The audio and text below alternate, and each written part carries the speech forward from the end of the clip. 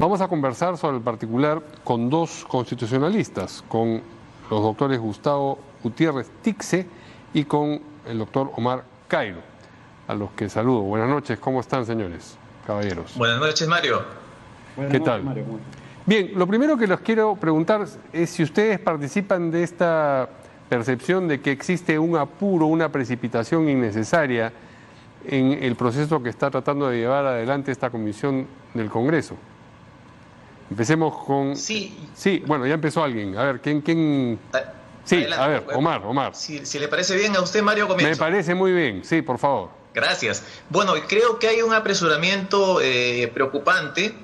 El Congreso en este momento está en una situación, creo que debilitada respecto de lo que es la perspectiva que puede haber para un nombramiento de jueces del Tribunal Constitucional. Aprecie usted que es un Congreso que en esta semana que ha pasado ha llevado a cabo un procedimiento de vacancia completamente insostenible, en el cual hemos escuchado que algunos congresistas decían que era un juicio político, algunos que era una moción de censura, que la vacancia servía para sancionar políticamente al presidente, es decir, un desconocimiento abrumador de lo que es la materia constitucional. Y en ese contexto que la comisión rehúse pedir la sugerencia, la ayuda de instituciones que conocen acerca de concursos, es complicado. Es decir, estamos ante un Congreso que en este momento por lo menos no es consciente de sus limitaciones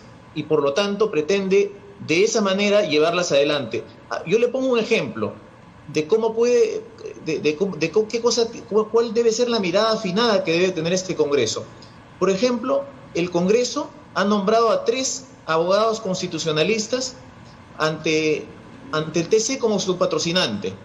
Yo no sé si tendrán claro que ya no lo pueden nombrar a ellos, porque ellos estarían concursando ante el Congreso, que es su cliente. Entonces, la posibilidad, el conflicto de intereses es manifiesto. Entonces, sí, si eso no lo pueden distinguir, sería peligroso. Y muchas cosas como esas van a darse en el camino. Sí. Y el apresuramiento, la falta de información, puede llevarnos a concluir este procedimiento con un tribunal compuesto por personas que resulten decepcionantes para las expectativas que requiere la justicia constitucional en este momento tan difícil para el Perú.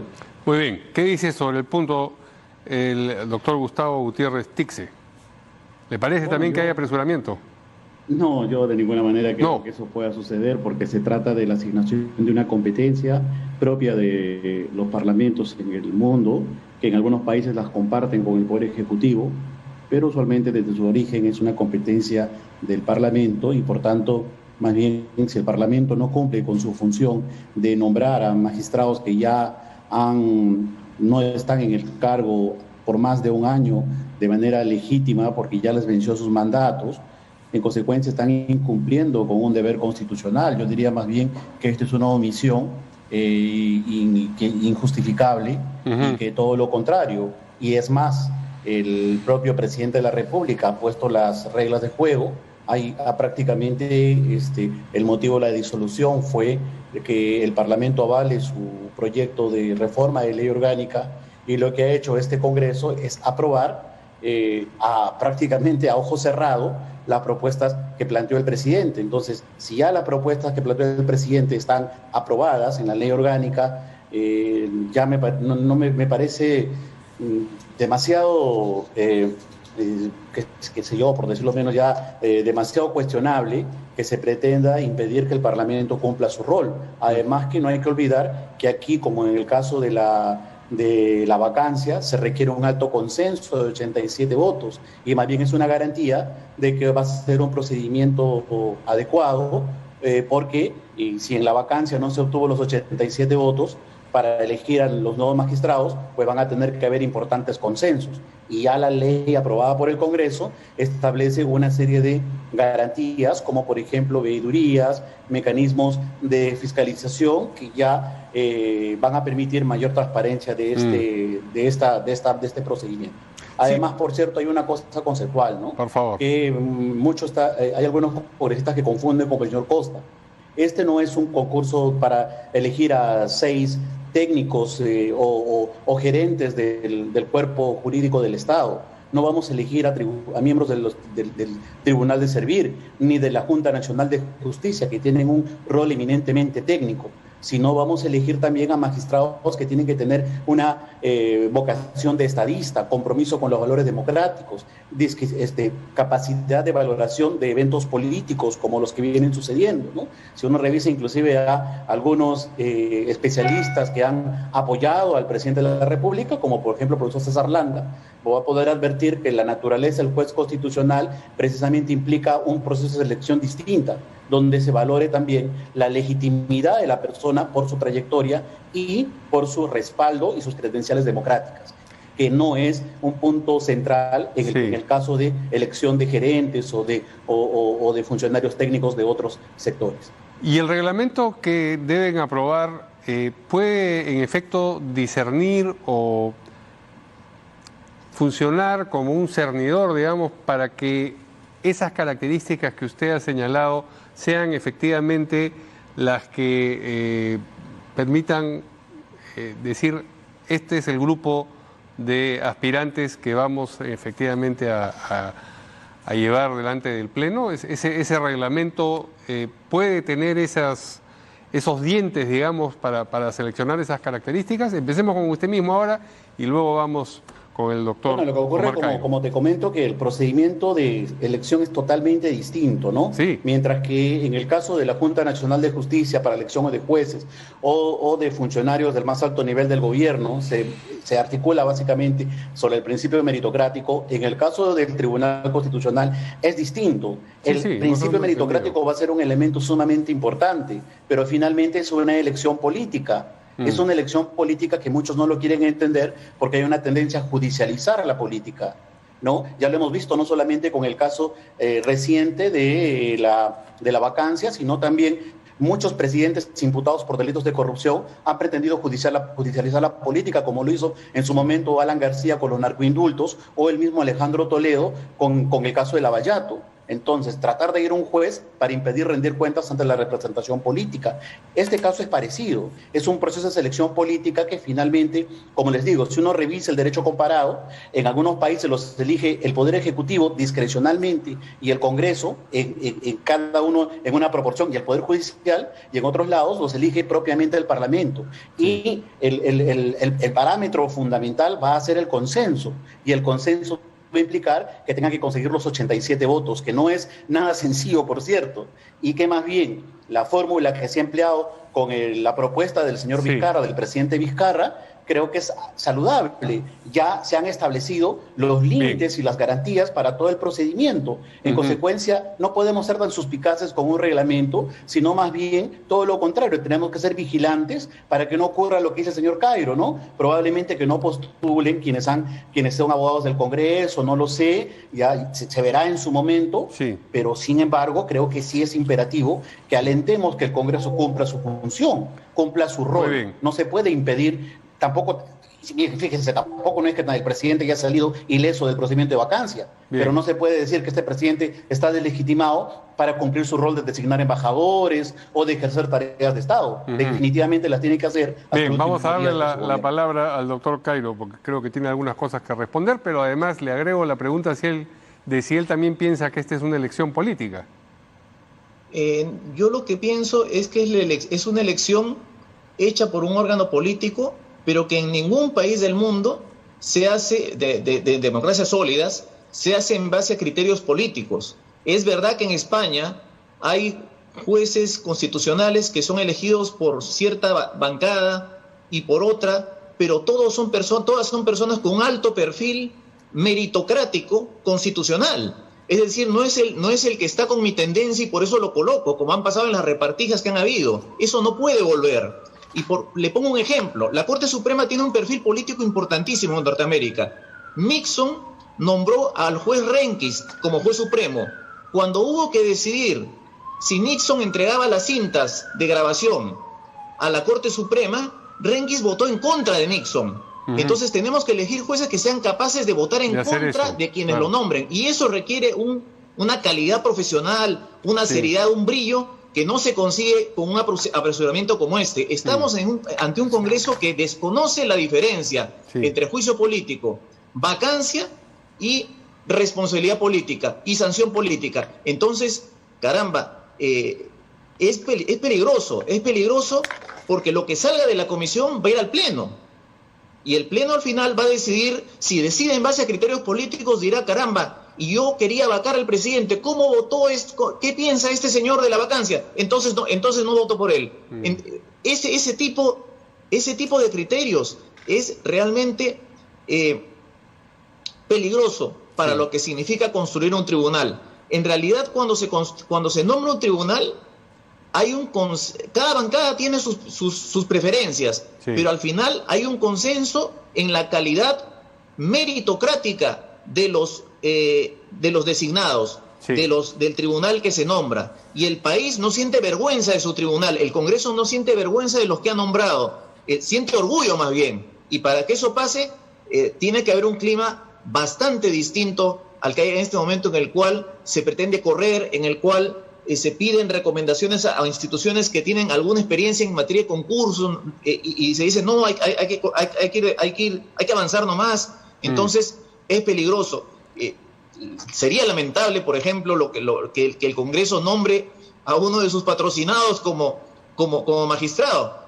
Pero no creo que pase, pero esa claridad la debe tener, por ejemplo, la Comisión y el Pleno. Y para eso tienen que informarse, es necesario que haya tranquilidad y haya calma, y de repente este Congreso decida no nombrar a los jueces del Tribunal Constitucional. De repente deje esa tarea para el siguiente Congreso. Pero ahí tiene que haber una responsabilidad muy, muy grande de los congresistas. Tienen que ser conscientes de lo que son capaces en cuanto a la formación que tienen y en cuanto a las posibilidades que el conocimiento que manejan les brinda. Y si no tienen ese conocimiento, recurrir a las ayudas de quienes tienen esa información. Pero lamentablemente ayer se dijo, no escuchamos a nadie, hagamos el reglamento, y no sé qué salga de eso. Sí, bueno, pero ese ha sido un patrón en la conducta de este Congreso en general, el no conocer o no admitir límites de conocimiento en esferas en las cuales no tendría que tener conocimiento la mayoría de congresistas,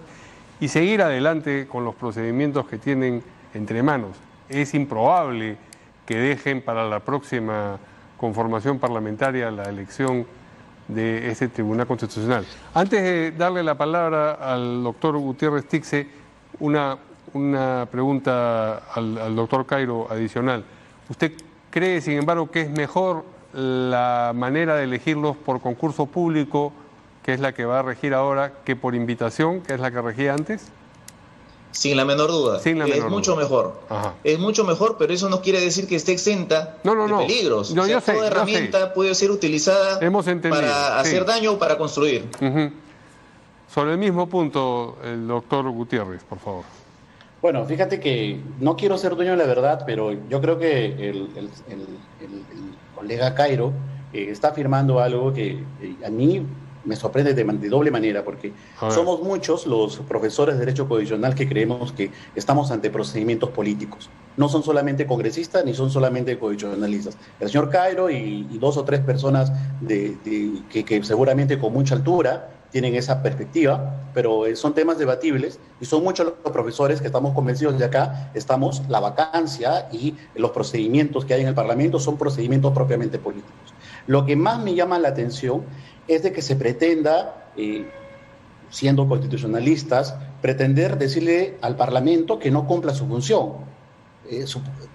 Mire, yo entiendo de que puede haber una suspicacia porque hay un acto de corrupción manifiesto, como una repartija, como lo acaba de señalar, pero por el hecho de cuestionar la capacidad, digamos, académica, porque parece que se cuestiona la capacidad académica del Congreso, pretender cuestionar por eso el cumplimiento de un rol es realmente desnaturalizar todo el sistema democrático de poder. Nuestro sistema democrático de poder desde la Revolución Francesa nos impone elegir un parlamento popular. No se requiere más que tener legitimidad y tener un alto respaldo ciudadano a través de las urnas. Por lo tanto, ese parlamentario que hoy en día está en la Asamblea tiene legitimidad para poder elegir a un magistrado del Tribunal Constitucional. Claro que estamos de acuerdo que tiene que ser una persona que tenga un alto consenso. De hecho, en eso creo que todos vamos a apostar. Y para eso se requieren los 87 votos y tendremos que estar vigilantes. Pero impedirles que continúen con el procedimiento y elaboren sobre la base de su autonomía su propio reglamento y quererle pasar a órganos técnicos que nunca han elegido a un magistrado del Tribunal Constitucional que tiene otras connotaciones y otro perfil, realmente me parece solamente un obstaculizar y poco democrático, con una institución que requiere más bien todo lo contrario, un permanente respaldo.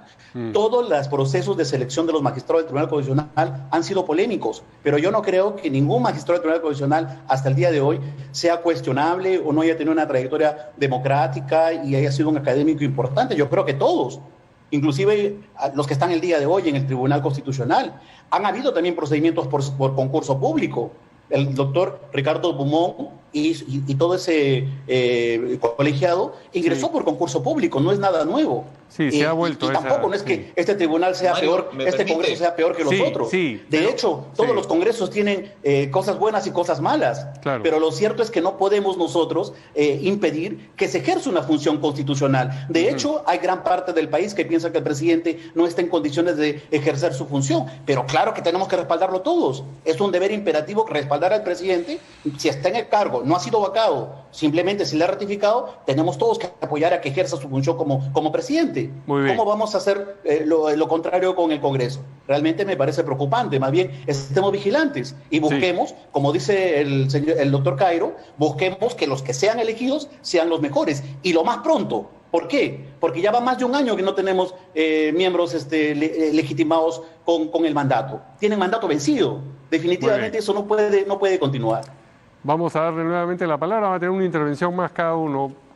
Breve, por favor. Listo, Mario, en primer lugar, al presidente no se le ha ratificado. Esto no es el problema de la vacancia, no se comprende bien. No ha habido una ratificación, ha sido un procedimiento en el cual el Congreso ha querido sancionar con un mecanismo que no sirve para sancionar, pero dejemos eso para otro momento.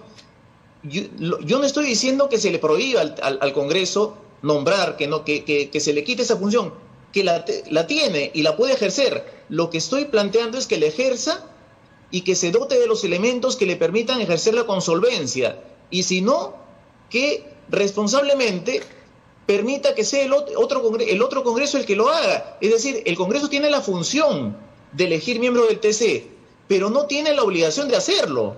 No está obligado a hacerlo. Si el Congreso cree que no tiene los elementos, es consciente de que no tiene los conocimientos constitucionales que hay que tener, aunque propios o adquiridos por ayuda, es decir, por auxilio de asesores, asistencia técnica, personas que van a la comisión y les prestan, digamos, el conocimiento que no necesariamente ellos tienen, es lo que quiere decir usted. Exactamente. Sí. Lo que no pueden es decir, esto es popular, así que nombramos a quien nos parezca. Así que, porque esa es legitimidad del pueblo. El Tribunal Constitucional es un órgano técnico. Sí. No hay que perder de vista eso. No es un órgano que esté para hacer lo que quiere el pueblo, como ha dicho un congresista. Es un órgano que está al servicio de la protección de la Constitución y de los derechos. Y para hacer eso hay que conocer. Sí. Para hacer eso no basta con citar la adhesión de un grupo político. Para eso no basta con ser incondicional a una tendencia política por obtener el cargo. Bien, una última intervención también del doctor Gutiérrez Tixe, pero quiero agregarle, doctor Gutiérrez, quería agregarle la pregunta que le hice anteriormente al doctor Cairo. ¿Usted cree que de cualquier forma es mejor el proceso de elección por concurso público que el proceso de elección por invitación? Mire, yo creo que ambos tienen ventajas. No creo que haya sido malo. ¿No se inclina por uno en particular? Bueno, yo creo que en esta oportunidad voy a respaldar al presidente Vizcarra y felicito que el Congreso elija por meritos meritocracia en un gran tramo, en un importante tramo, y finalmente sea votado por el respaldo mayoritario que el Congreso determine con los 87 votos. Lógico. Lo que sí quisiera decirte al respecto es de que, mire, yo podría quizás pensar que el presidente, después de todo esto, no tiene legitimidad para continuar con el gobierno y por tanto, pero no podría decir que ya no puede gobernar y que deje para el próximo presidente las funciones de gobierno. Entonces, hay una función asignada al Parlamento por la Constitución. El Parlamento no puede decir, ¿sabe qué? Me siento incapaz, nosotros somos incapaces y lo vamos a pasar al siguiente Congreso. No puede. Es un mandato, es un deber constitucional. Y por lo tanto, más allá de si es que hay o no una sanción inmediata, yo me atrevería a decir que hasta es una infracción a la Constitución, el no cumplir con un rol que la Constitución le ha asignado, porque no se puede tener un tribunal constitucional sin magistrados que tengan el mandato vigente. Muy bien, caballero. Es absolutamente peligroso y grave, y al final es muy inestable y muy proclive al control de las mayorías políticas, y eso tampoco se quiere. Finalmente hay un punto central, y es que los magistrados que se elijan con los 87 votos tienen como principio la no gratitud, el principio de la ingratitud. Por lo tanto, por más que elige este Congreso, simplemente ellos no tienen ningún respaldo ni ninguna obligación de tener que agradecerles por la designación, sino todo lo contrario, tienen que sujetarse a lo que manda la Constitución. Están claras. Yo les agradezco a mis dos distinguidos invitados este debate, porque eso es lo que ha sido al final sobre la forma de elegir al nuevo Tribunal Constitucional, o por lo menos a los candidatos a ese nuevo Tribunal Constitucional. Gracias a ambos. Muchas gracias. Buenas noches.